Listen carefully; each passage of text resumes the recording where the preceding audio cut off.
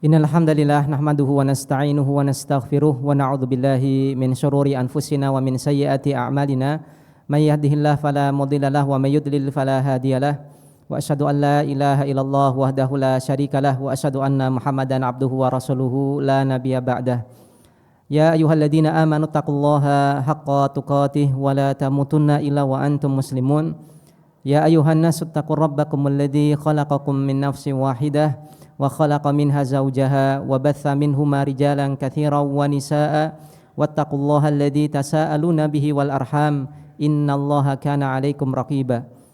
Ya ayyuhalladzina amanu taqullaha wa qulu qawlan sadida yuslih lakum a'malakum wa yaghfir lakum dhunubakum wa may yuti'illaha wa rasulahu faqad faza fawzan 'azima. Amma ba'd fa inna asdaqal hadithi kitabullah wa khairul hadi hadi nabiyina Muhammadin sallallahu alaihi wasallam wa syarrul umuri muhdatsatuha fa inna kulla muhdatsatin bid'ah wa kulla bid'atin dhalalah wa kulla dhalalatin finnar. Kaum muslimin jamaah salat Jumat rahimani wa rahimakumullah. Pesan khatib pada senantiasa khutbah yang senantiasa disampaikan di dalam momen khutbah Jumat ialah untuk senantiasa meningkatkan keimanan dan takwa kepada Allah Subhanahu wa taala dengan usaha yang nyata, yaitu dengan melaksanakan semua perintah Allah Subhanahu wa taala semaksimal kemampuan kita masing-masing dan juga dengan meninggalkan apa yang Allah Subhanahu wa taala larang. Semoga salawat dan salam tercurahkan kepada Nabi kita Muhammad sallallahu alaihi wasallam dan semoga Allah Subhanahu wa taala karuniakan kepada kita kemudahan untuk senantiasa mencontoh dan juga menteladani apa yang Nabi sallallahu alaihi wasallam ajarkan, dan kita cukupkan diri kita dalam beragama hanya dengan apa yang Nabi sallallahu alaihi wasallam ajarkan tanpa menambah ataupun mengurang. Kaum muslimin yang dirahmati oleh Allah Subhanahu wa taala, nikmat terbesar bagi seorang hamba adalah ketika Allah Subhanahu wa taala berikan kepadanya hidayah untuk mentauhidkan Allah Subhanahu wa taala, untuk kemudian dia memeluk agama Islam. Karena Islam ini adalah satu-satunya agama yang kemudian diridhoi oleh Allah Subhanahu wa taala. Sebagaimana yang Allah Subhanahu wa taala katakan, "Innad dina 'indallahil Islam." Sesungguhnya agama yang ini diridhoi di sisi Allah Subhanahu wa taala itu adalah agama Islam. Maksudnya adalah agama yang isi inti ajarannya adalah memasrahkan diri kepada Allah Subhanahu wa taala sepasrah-pasrahnya, tunduk kepada perintah Allah Subhanahu wa taala dan juga menjauhi dan meninggalkan semua apa yang Allah Subhanahu wa taala larang. Maka ini adalah Islam dengan makna yang umum, yaitu mentauhidkan Allah Subhanahu wa taala, menunjukkan semua ibadah hanya untuk Allah Subhanahu wa taala dan meninggalkan semua peribadahan kepada selain Allah Subhanahu wa taala. Dan Allah Subhanahu wa taala nyatakan bagi hamba-hamba Allah Subhanahu wa taala yang memilih agama selain agama Islam ini, maka dia termasuk orang-orang yang merugi. Sebagaimana yang Allah Subhanahu wa taala katakan, "Wa man yabtaghi ghairal islami dina falan yuqbala minhu wa huwa fil akhirati minal khasirin." Barang siapa yang dia menginginkan selain Islam sebagai agama untuk dirinya, maka Allah Subhanahu wa taala tidak pernah akan terima agama tersebut, dan dia di hari akhirat termasuk di antara hamba-hamba Allah yang merugi. Maka Allah Subhanahu wa taala menyatakan dengan tegas tidak akan menerima agama selain Islam dengan makna mentauhidkan Allah Subhanahu wa taala, dan Allah katakan orang yang memilih agama selain Islam, selain tauhid, maka Allah tegaskan bahwasanya dia termasuk hamba Allah yang merugi dengan serugi-ruginya kelak nanti di hari akhirat. Kaum muslimin yang semoga dirahmati oleh Allah Subhanahu wa taala. Oleh karena itulah hidayah yang Allah Subhanahu wa taala berikan kepada kita ini patut untuk kemudian kita syukuri dan juga kita jaga. Jangan sampai kemudian kita menyimpang ke kanan dan ke kiri, bahkan sampai menjerumuskan diri kita ke dalam berbagai macam bentuk kemaksiatan ataupun dalam berbagai macam bentuk kesyirikan kepada Allah Subhanahu wa taala. Dan marilah kita senantiasa berbuat baik, menanam benih-benih kebaikan. Sebagaimana yang dikatakan oleh Nabi sallallahu alaihi wasallam, wa innal birra yahdi ilal jannah, karena sesungguhnya kebaikan itu menunjukkan seseorang kepada surga Allah Subhanahu wa taala. wa innal fujur yahdi ilan nar, dan sebaliknya sesungguhnya perbuatan dosa, perbuatan fajir akan mengantarkan seseorang ke dalam neraka Allah Subhanahu wa taala. Maka kebaikan yang paling besar itu adalah mentauhidkan Allah Subhanahu wa taala. Maka dengan tauhid inilah kita akan mendapatkan kunci utama untuk masuk surga Allah Subhanahu wa taala. Bahkan ada 70.000 golongan yang Allah Subhanahu wa taala karuniakan kepada mereka untuk masuk surga tanpa hisab. Kaum muslimin yang semoga dirahmati oleh Allah Subhanahu wa taala, keburukan yang paling besar dan dosa yang paling besar di sisi Allah Subhanahu wa taala itu adalah menyekutukan Allah Subhanahu wa taala dengan menyembah Allah, namun juga menyembah selain Allah Subhanahu wa taala apapun itu.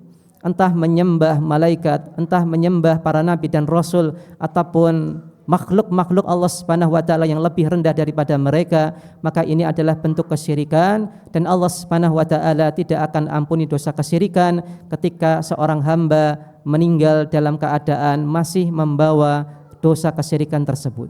Aqulu qauli hada astaghfirullah li wa lakum fastaghfiruhu innahu huwal ghafurur rahim. Alhamdulillah wassalatu wassalamu ala Rasulillah wa ala alihi wa sahbihi wa man tabi'ahum bi ihsanin ila yaumidin, amma ba'd. Kaum muslimin yang dirahmati oleh Allah Subhanahu wa taala, Nabi sallallahu alaihi wasallam bersabda, "Man kana akhiru kalamihi la ilaha illallah dakhalal jannah." Barang siapa yang akhir dari perkataan yang dia ucapkan sebagai penutup hidupnya adalah kalimat la ilaha illallah, maka niscaya dia akan masuk surga Allah Subhanahu wa taala. Maka ini adalah kabar gembira dari Nabi sallallahu alaihi wasallam bagi orang yang dia menjaga tauhidnya sampai kemudian di penghujung akhir hidupnya dia bisa mempertahankan kalimat la ilaha illallah dan dia ucapkan ikhlas dari hatinya, maka dia akan mendapatkan surga dari Allah Subhanahu wa taala.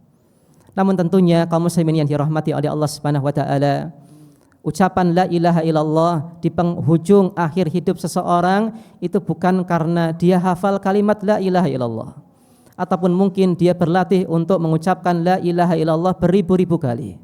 Bukan demikian. Namun seseorang yang berhasil mengucapkan la ilaha illallah di penghujung akhir hidupnya itu adalah orang yang semasa hidupnya dia mengucapkan la ilaha illallah, mengerti artinya dan mengamalkan konsekuensinya, dan berusaha untuk senantiasa istiqomah dengan kandungan la ilaha illallah. Senantiasa dia melaksanakan ibadah-ibadah dan ikhlas dalam beribadah kepada Allah Subhanahu wa taala. Dia jauhkan dirinya dari berbagai macam bentuk riya, dari berbagai macam bentuk sum'ah, keinginan untuk dipuji ketika beribadah, ataupun niatan-niatan kotor yang lain yang bisa menodai sebuah ibadah. Dan dia pun menjauhi berbagai macam bentuk kesyirikan kepada Allah Subhanahu wa taala, entah syirik kecil ataupun syirik yang besar. Sepanjang itu adalah noda bagi ibadah, dia jauhi itu semua. Maka apabila ada seseorang yang semasa hidupnya menyibukkan diri dengan hal ini, mempertahankan la ilaha illallah, maka niscaya Allah Subhanahu wa taala akan berikan kepadanya kemudahan dan karunia-Nya untuk kemudian di akhir hayatnya dia bisa mengucapkan la ilaha illallah. Kaum muslimin yang semoga dirahmati oleh Allah Subhanahu wa taala, dan cukup banyak perawat ataupun dokter yang bekerja di rumah sakit, mereka menyaksikan cukup banyak korban kecelakaan yang meninggal, cukup banyak orang yang sakit meninggal, namun di antara mereka yang berhasil untuk mengucapkan la ilaha illallah mungkin perbandingannya adalah 1:100. Kaum muslimin yang semoga dirahmati oleh Allah Subhanahu wa taala, maka pelajaran-pelajaran yang didapatkan oleh saudara-saudara kita yang begitu dekat dengan hamba-hamba Allah Subhanahu wa taala di saat momen sakaratul mautnya, di mana mereka tidak semuanya Allah karuniai untuk bisa mengucapkan la ilaha illallah, ini menunjukkan kepada kita bahwasanya tugas kita masih panjang, tugas kita masih banyak untuk kemudian bisa beramal soleh, untuk kemudian supaya bisa Allah Subhanahu wa taala berikan kita karunia dan kemudahan untuk mengucapkan la ilaha illallah di penghujung akhir kalimat yang kita ucapkan dalam kehidupan kita ini.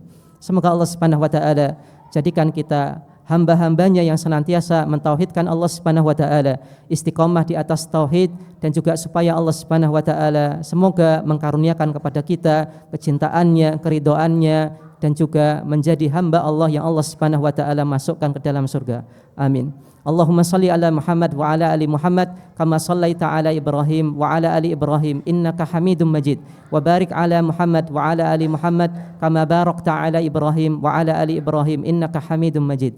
Allahumma ighfir lil mu'minin wal mu'minat wal muslimin wal muslimat al ahya'i minhum wal amwat innaka sami'un qaribun mujibud da'wat. Rabbana zalamna anfusana wa illam taghfir lana wa tarhamna lanakunanna minal khasirin. Rabbana la tuzigh qulubana ba'da idh hadaitana wa hab lana min ladunka rahmah innaka antal wahhab. Allahumma a'inna ala dzikrik wa syukrik wa husna ibadatik. La ilaha illa anta subhanaka inna kunna minadh dhalimin. Rabbana atina fid dunya hasanah wa fil akhirati hasanah wa qina adzabannar. Wa sallallahu ala nabiyyina Muhammadin wa ala alihi wa sahbihi wa sallam wa akhirud da'wana anil hamdulillahi rabbil alamin.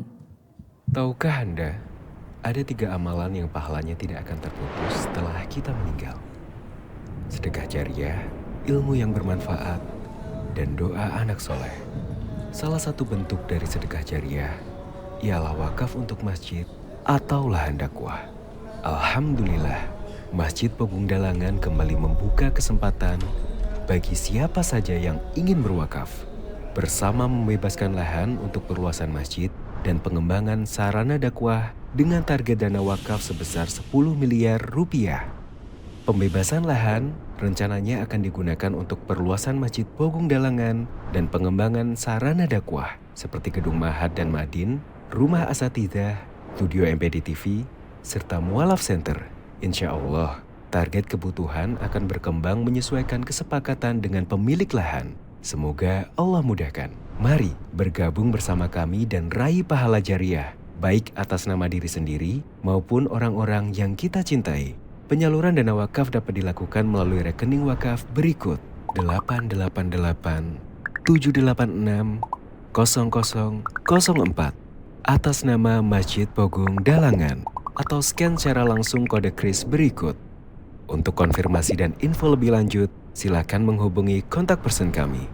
Jazakumullahu khairan.